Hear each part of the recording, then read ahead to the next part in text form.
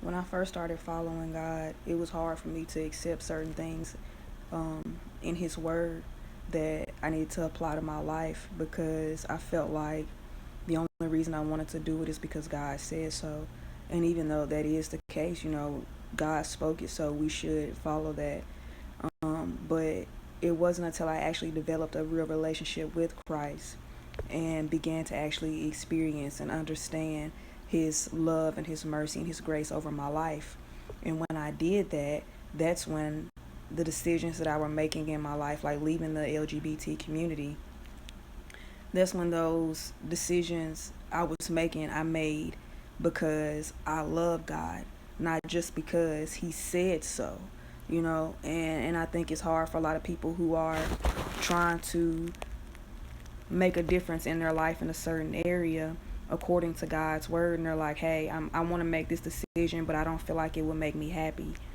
My advice to you would be to actually have a real relationship with God. You know what I'm saying? Actually get to know Him and understand Him so that when you are reading His word and you are applying it to your life, it doesn't feel like a burden, because it's not. And it tells us that in the Bible, like, God's commandments are not burdensome to us. However, the world and the way that it is set up, it has put a whole different spin on things. So if you are struggling, feeling like I want to get closer to God, but it's stealing my happiness, develop a real relationship with Him. And in the midst of that, also continue to remember that you have to be transformed by the renewing of your mind.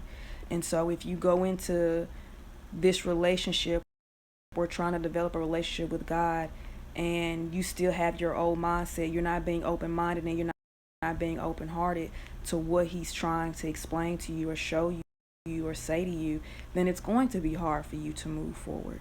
But I encourage you to actually develop a relationship with God and move forward in that way.